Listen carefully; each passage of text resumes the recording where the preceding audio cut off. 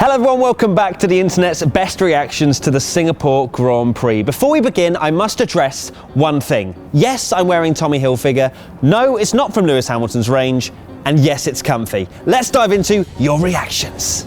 The start of the race was without a doubt the most action-packed as Esteban Ocon and Sergio Perez collided at turn 3. I think it's 3 unless there's like a secret corner. At Cohen_Van_Santon, Perez to Ocon on lap 1. Straight in with the Minions gif, like it. Oh my God, the amount of people that used a Minions gif was ridiculous. So yeah, the Minions gif is over now. You have to come up with more unique stuff. But yeah, that's the Minion gif for this week. At Wardy1706 comes in with Esteban Ocon's career. Sadly, technical difficulties, please stand by. How has Esteban Ocon not got a drive confirmed for 2019? It is quite frankly ridiculous. The man has proved himself week in, week out at Force India, beating Perez quite a lot this season, although Perez had a terrible race, which we'll get onto. But I'm not too worried. I think Ocon will be on the grid for 2020 at least. I think Mercedes will look after him, even though they said that for Pascal Wehrlein, so I'm a little bit worried, but not too much. At Jack Unit comes in with, what is it with the FIA letting Vettel get moves complete and then calling the safety car? Let's have a chat, shall we, Jack?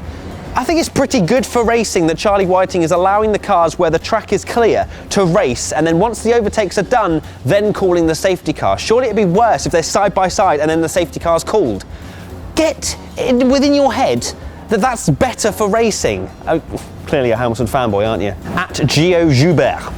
Oh God, what a French accent that was. Commentator, Hamilton starts to pull away. Me. But but then it did get interesting towards kind of middle of the race when Verstappen and that little blockade happened. But yeah, I was kind of like Hamilton was very much controlling the pace at the front, which was said in the post-race little chill area. What are you doing? What? Oh no, he's actually there. So I've just been sassy and he's right there. I'm gonna take the hoodie off, I'm really hot. Let's talk about Ferrari strategy. At LTC_Foxworth, Ferrari strategy room right now. I'm really quite baffled with what Ferrari were doing there. I suppose they were trying to be really aggressive and go on a different tyre to Hamilton so they could at least fight for the victory. But they came out behind Verstappen, which completely shafted him, because Verstappen was quick, he was on softs, which were more durable, and in Singapore you have to be so much quicker to make a move, which we clearly saw in the race. So Vettel just had to chill out, make sure the tyres went to the end of the race. It was a cock-up. Another one on the Ferrari strategy, F1an page from Instagram. Vettel fans seeing his strategy like. Summed up perfectly. At Ben Ashcroft 27, I think this was just after the Ferrari pit stops. Are we witnessing another Ferrari strategical nightmare? Yes, we did. A lot of people are saying that Vettel's been let down by Ferrari and the strategical calls that they've made, but at the same time, Vettel has made a lot of mistakes, Germany being one, Baku another. So I think it's just a combination really, and personally, I'm not being a Hamilton fan. Really, I'm not. Hamilton deserves this championship, hands down. Easy, done. Hamilton has outperformed Vettel this year. There, I said it. I've got a bit of an issue with Sky F1, and actually not just Sky F1, the broadcast itself and the camera angles. They proper teased us with some rain, didn't they? At Paired Circle, for a second I was like, oh my God, rain, but then Martin Brundle crushed all of our hopes and dreams, and then suddenly actual rain. There wasn't actually any rain, literally, we were lied to. I genuinely want my money back, even though I didn't actually pay for a specific race. It was ridiculous, absolutely ridiculous. I couldn't believe, they were literally showing a lamp and then rain coming down, but that was a sprinkler, it has to be. Or the rain was just dissipating as it hit the ground, probably that. I don't know science very well. At 42696C6C79. I actually smashed that username. Seeing spots of rain but being told it's just drizzle. I mean, the face on that is pretty much the amount of rain I think we got. I believe it was lap 28 when we all had that moment where it was like, oh, Ricciardo's winning again. Memula1 from Instagram. Me seeing Ricciardo in the lead, but I remember he has to pit. Ricciardo he does seem like now that he's moved away from Red Bull and signed for Renault, he's just a bit down. Like, did anyone see that Aston Martin Red Bull Racing like promo piece that they did for Singapore before the race? He was depressed. At Matt Simpson 99, Alistair watching Hartley stuck in 19th. Alistair hasn't watched the race yet, but when he does, I'll be looking at him just like this and going, he's terrible. You're terrible. Many people talk about Schumacher, Fangio, Clark, Damon Hill, world champions, and the fights that they had for glory. But the real fight for the Singapore Grand Prix was Sorokin versus Perez. At Giuseppe, Perez trying to get past Sorokin for the mighty 13th place. My goodness me, it was a great battle. My favourite gif of the week, at Chrome Fusion YT, Perez during the race. What was he doing? He legit couldn't drive in this race. I mean, he took out Sorokin, he wiped out Ocon. He had a shocker. At CodeBlue_25, Sorokin's Singapore race so far. Literally, if it wasn't for Sergei Sorokin, it would have been probably one of the worst races of the year. But Sergei and that Williams, he saved the day.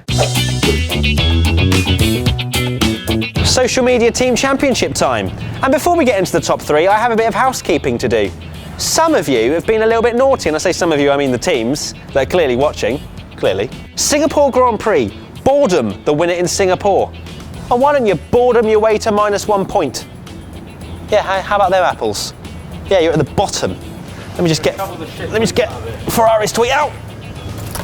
In third place, it was before the race even begun. I'm allowing weekend race tweets now from the teams. So obviously all the teams that are watching, make sure you're posting banter from the Friday. At Renault Sport F1, immediately goes on our photo gallery to find the exact same shot. Good banter, 1 point. In second place this week, Mercedes AMG F1, when it feels just like you're walking on air. It's not banter, but that picture is banging. 2 points. And the winner of the Social Media Team Championship for the Singapore Grand Prix is Sauber F1 team. After a tiring day of qualifying, Marcus Ericsson likes nothing more than a bit of rubber ducky time. 3 points. At Kako Veloso, Sergei Sorokin. Needs no more words. That was him this race. It's actually kind of in the colours as well, a little bit. I'm not very good with colours. That's kind of like Williams, kind of. It's on the right colour spectrum. At Samantha El Nonos 1, Alonso fastest lap. I remember this was on lap 45. I was sat there, just chilling, eating my salad, and then all of a sudden it popped up. At iJocham 1, Alonso new lap record. What year is it? At Slaphead 101, Bottas can't lap Hulk. Right, Valtteri, please. I know you can't lap Hulkenberg, but you're 3 seconds behind him, fella. What's he going to do? Just slow down for you at 100 miles an hour? Please go through, Valtteri, you're in a Mercedes. Get quicker, then maybe you'll be able to lap him. At Owen Thompson 99, this is how I kind of imagine Bottas in his cockpit. Bottas right now, unacceptable with the waving arms. At LTC_Foxworth, can we add time penalties for moaning on the radio? Absolutely. I 100% back this. Although if I was a Formula 1 driver, I would lose all my points because I would moan all the time. But it's still quite annoying to hear them moan. Am I moaning right now? I'm kind of moaning. Oh well. And now it's time for Race Rundown with your host, Matthew Gallagher. The finishers of the Singapore Grand Prix were Hamilton, Verstappen, Vettel, Bottas, Raikkonen, Ricciardo, Alonso, Sainz, Leclerc. Oh, it was going so well. Hamilton, Verstappen, Vettel, Bottas, Raikkonen, Ricciardo, Alonso, Sainz, Leclerc. Hamilton, Verstappen, Vettel, Bottas, Raikkonen, Ricciardo, Alonso, Sainz, Leclerc, Hulkenberg, Ericsson, Van Dorn, Gasly, Stroll, Jean, Perez. Hamilton, Verstappen, Vettel, Bottas, Raikkonen, Ricciardo, Alonso, Sainz, Leclerc, Hulkenberg, Ericsson, Van Dorn, Gasly, Stroll, Jean, Perez, Hartley, Max, Sorokin. The non-finishers were Ocon. No. Ocon. No. Ocon. No.